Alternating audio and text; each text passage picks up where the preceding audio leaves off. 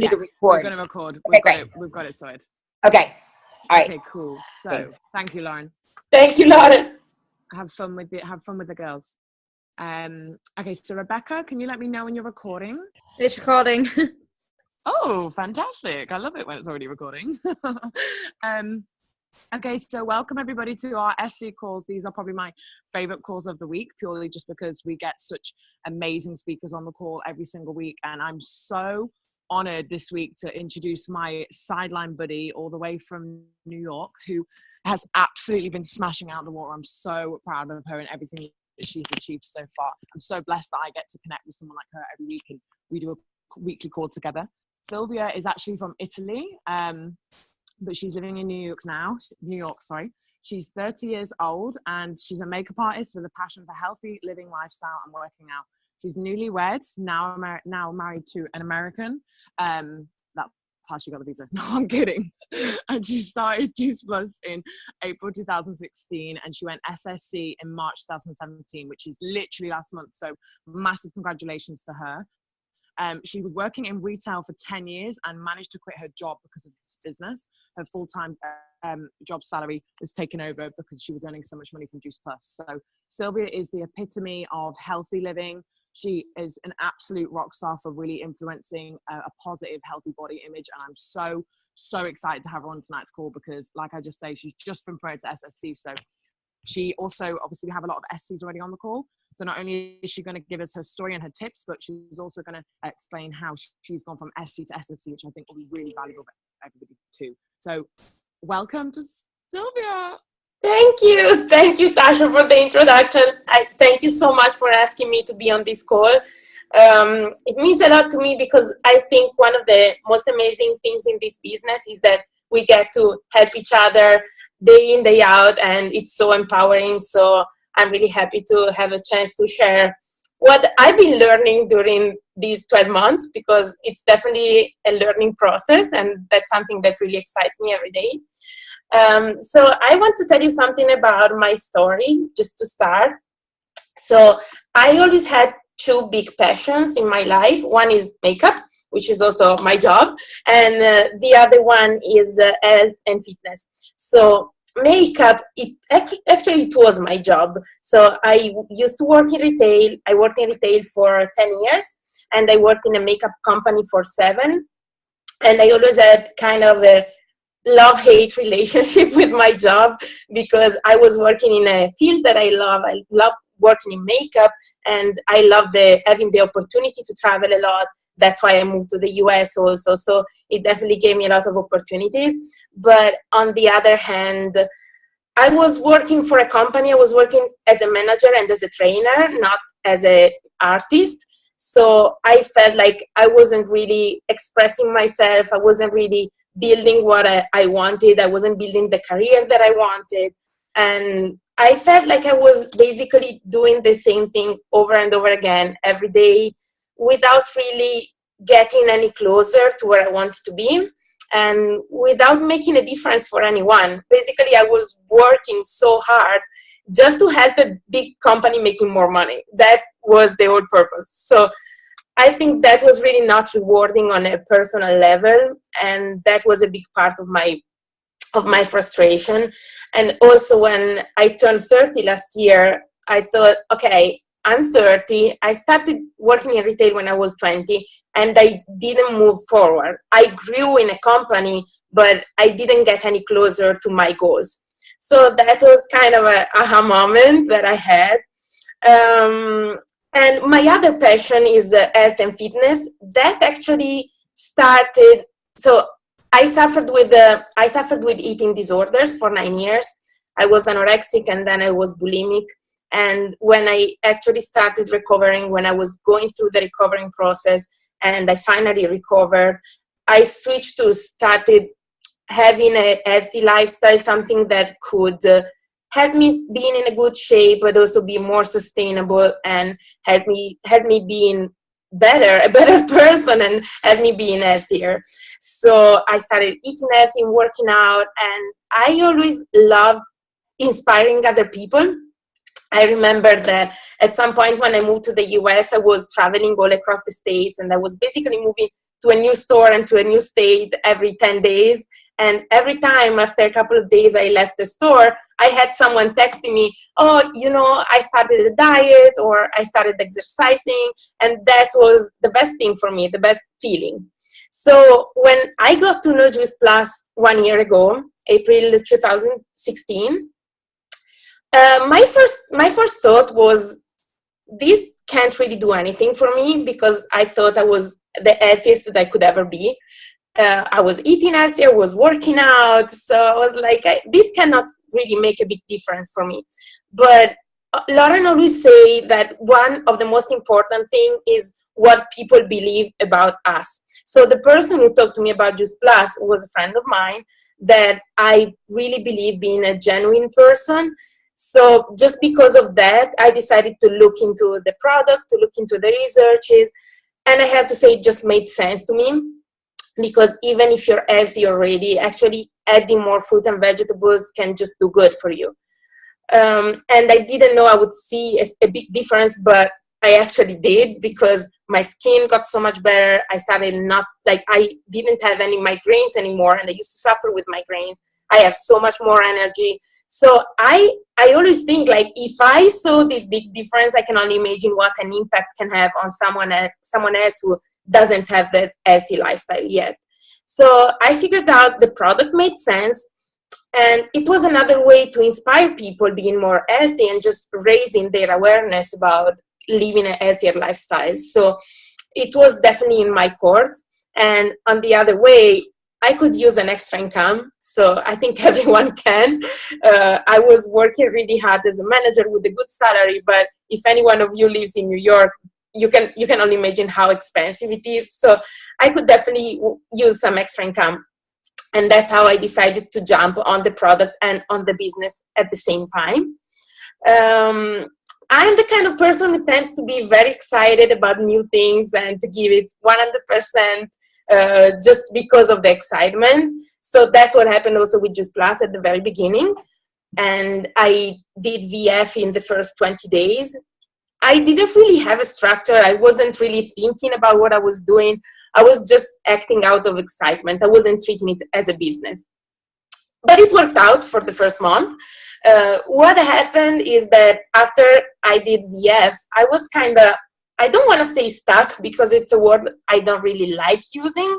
But I realized that, like, acting just for excitement, that was the the maximum I could hit. And I had to start treating it as a business if I wanted to grow in this. And at the same time, I realized that the business could definitely be a bigger opportunity than what I thought at the beginning. So while I started just to have an extra income, my goal became to get a job. And that's when I decided, okay, if this is a business, I have to treat it as a business. I was super busy at the time because I was working full time. I had 3 hours commute every day. I used to work out 5 times a week. I had a new relationship, so you don't really want to neglect on that. So I was really super busy, but I decided I wanted to make this work. And that meant for a while getting up at 4 in the morning. It works out for me because I work a lot on Facebook, and people in Europe are up at the time because of the jet lag. So I started getting up very early to have that hour to connect to people, get to talk to people. My DMO wasn't really crazy at the time because my time was very limited. But I decided that my DMO would be to talk to 2 new people every day, and follow up with other 2 people every day, and post 3 times on Facebook. So this was all my DMO, but it was consistent every single day. Again, I really use Facebook a lot because here I didn't know basically anyone when I moved here, and it's easier for me to talk to people in Italian, of course. So I work a lot with people in Europe. Most of my customers and most of my team members are in Europe so far, even if I'm starting building also here.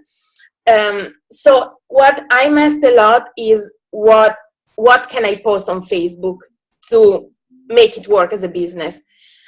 So what I found at the very beginning, I was trying to look at other Facebook pages, and I was posting, those healthy tips and advices and like this kind of food as that property, I think it doesn't really work, at least for me.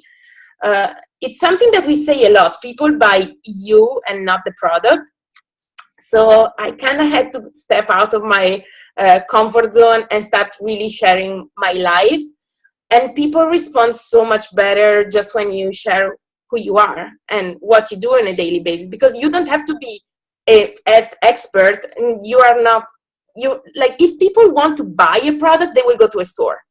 If they want nutrition advices, they will go to a nutritionist. People are on Facebook, are on the social media to be social, to build community. So they respond way better just to what another person is doing and what they can really take from your life. So I think the main thing is just really adding value, sharing what your life is, and that's what I do the most on Facebook. I also have to say, and this is a change that I did lately, I used to not share a lot about my workouts and my fitness part of my life because I felt like not many people could resonate with that. But something I learned is that when you post on social media, now I talk about social media because it's my main tool, but I think it's the same whatever media you use or just those in person. You cannot target everyone, because if you try to target everyone, you're not targeting anyone, because you're not being yourself. So when I post, I always try to think to talk to my dream team. So to the people I would actually want to have around, to have as customers, to have as distributors.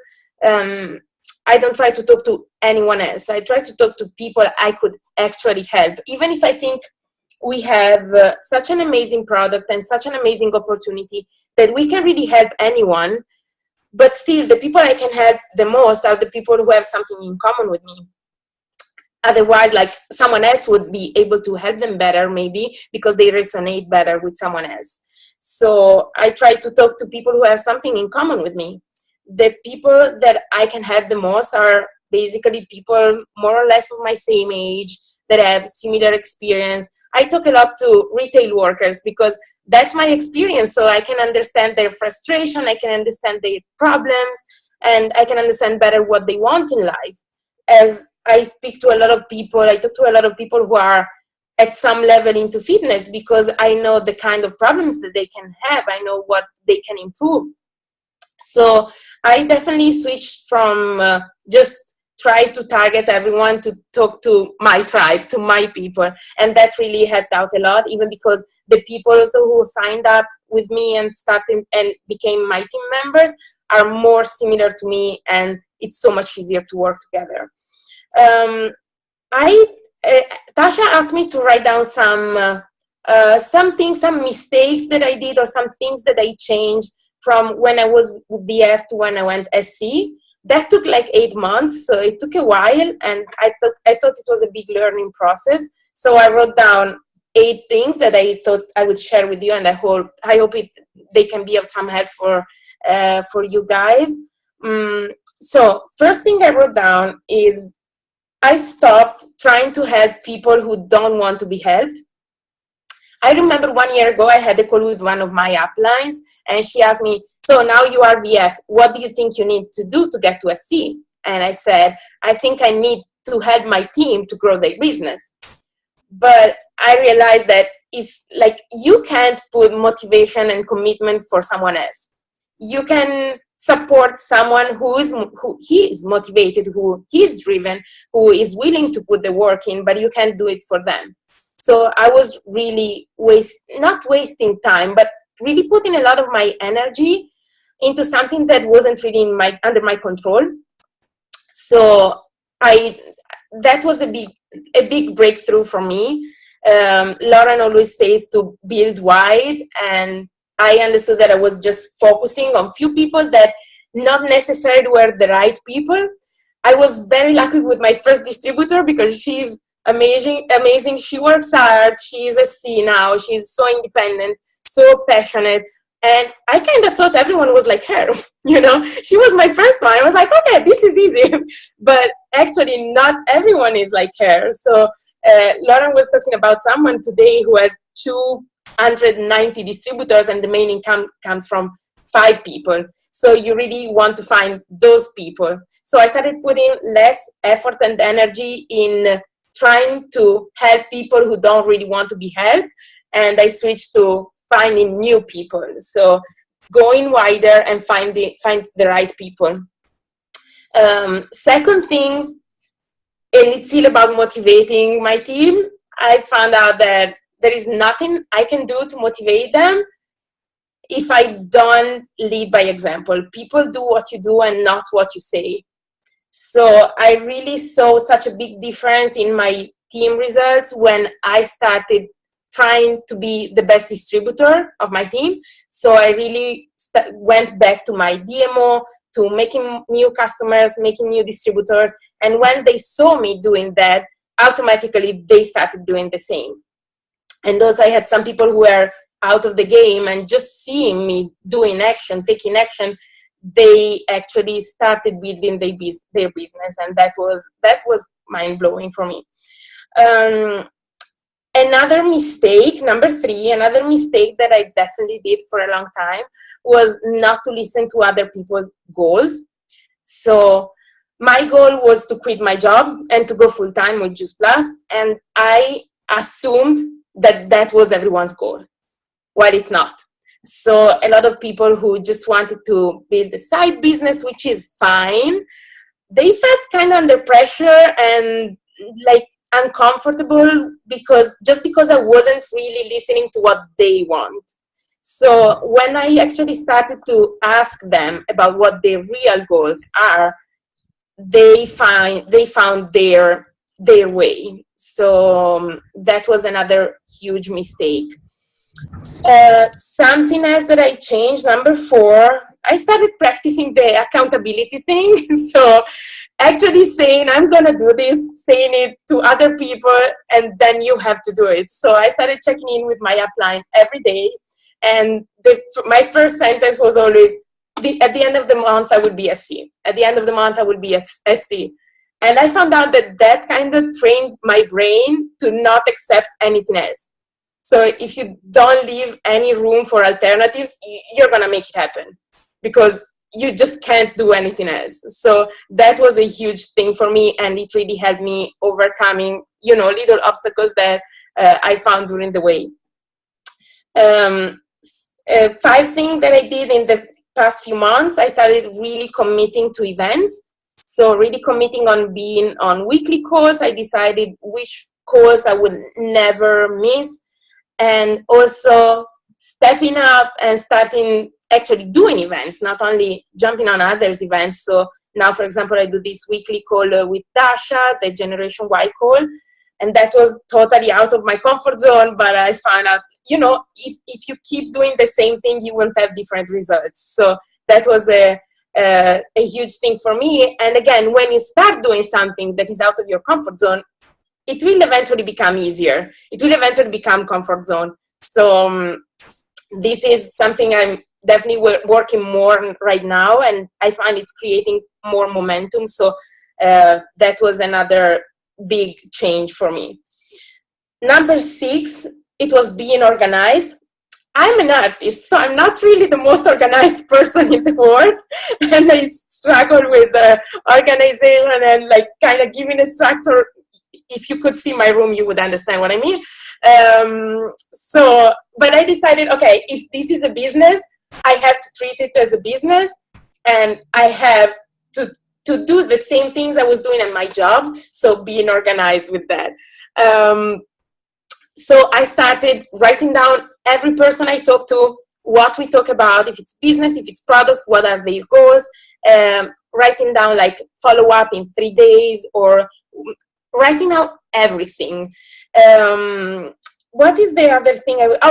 Another huge thing in the last couple of months was being really aware of what I was supposed to do, really looking into the pay plan, the requirements, having crystal clear what I had to do, and printing the reports every single day to see where I was at, where my team was at, leaving like nothing to the chance, like really having control on everything every single day. That was really stressful for me, but I feel that really helped a lot. I mean, I think I wouldn't be able to get to SC or SSC if I didn't do that change and take control of my business. Number 7 is to stop asking myself how and stop asking myself why and start asking how. So whenever I find an obstacle or I feel stuck, which is something I don't want to say because I think that kind of depower yourself, but whenever I have an obstacle, instead of using my energy and my time to try to figure out why I'm facing that obstacle, I ask myself how I can overcome it. And that really takes a lot of negative energy out of you, and that really puts you in the direction of finding a solution. So at the beginning of March, I had my mother-in-law hospitalized for a couple of weeks. So I was there every single day, all day long. I was like, oh my God, how am I going to do this? Like, I had no time, absolutely. But I really tried to find a solution and really use some problem solving instead of complaining about what was going on, because I was getting really frustrated, and that can just do harm to you and to your business and to your goals. Last thing, number 8, is building for next promotion. So when I was building for SC, I was actually already building for SSC too. So I was keeping an eye already for the requirements for the next step, so that I did, because I find like if I was building only for SC, the moment I would hit at SC, I would have a moment like of standby, trying to figure out what to do next. So I feel knowing already what your next step will be helps you building in the right direction already.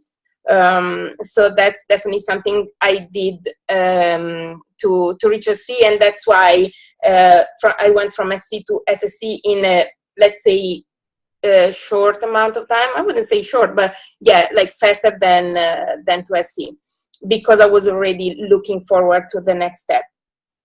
So yeah, this is what I wrote down, what I really think I changed or improved in these past few months, and that helped me. While I think the next step will really be improving in team building, so in building wider, and that's what I want to focus more on, because I feel I still have so much to improve on that. And definitely promoting for events is something I have to learn a lot about. So I hope this was of some help for any of you, or anyway, this was my super personal experience. And I think so many times we can, just, if someone says the same thing, but they say it in a bit of a different way, something can click and help you moving forward. So I hope this was helpful. Thank you so much, Silvia. That was you, Tasha. You're really great. And I really love the way you went about it. Actually, I kind of feel like I want to start doing that on my training calls, at least, like how you know the mistakes, and then you talked about the points and also what's got you to the next step. And I totally agree. Like for me, obviously the next step is SSC for myself, but I'm already thinking about the volume and what I need to get to Q, because it's so important to always think ahead the next step. You always want to be a little bit ahead of the game. And it's like most of my team that I know, they've got good potential. I'm teaching them already. They know how to get to SC so that they can build a team and they can go wide and they can go straight up. I can say safely for myself on my WhatsApp group with my team, they were going, oh my God, Silvia's so good. My pen's going way too fast. So I really want to say thank you so much for getting out of that comfort zone. I'll never forget when I asked you to partner up with me on our Wednesday night call, and you said to me, but I've never done a call in English. And I was like, so like, it's about time. Come and do the call with me. And then ever since then, she absolutely rocked the first call. Ever since then, I'm so honored to say that we rock it every Wednesday together. So I'm really, really, really, I'm honored to have you as not just a sideline, but you know, a buddy in this business. If you don't have a buddy in this business, you need to find someone that gets you, someone that supports you, and that can really, like me and Silvia have really connected even more this past week, which has just been magical. So I really want to say thank you so much, Silvia. Is there anything in terms of homework wise that you think lately that's really made a difference in your life? I know if you like from you know, my perspective, I know you probably agree with this too, just had a chat. If you're not using a grid, then really I would get used to the idea of using a grid. And what a grid really is just mapping out your month, like getting a big piece of paper, drawing out the 31 or 30 days that we have in the month, and just making sure it's a visual thing. If you already use a planner and use your phone, I think that's great. But the idea of having that big visual in your room or in your planner, wherever, it's something that you look at every day, and you look at and you go, oh, how many people am I really talking to this month? How many people am I really trying to help? Because you have an empty calendar, like your schedule is your boss in this business, and you really need to make sure that you're scheduling and talking to enough people. So Sylvia, do you have anything? I mean, maybe the grid is something I suppose that both was a bit of a revelation for us earlier. Is there anything else that you think would be a really amazing, like homework, should we say, that people could really put into action?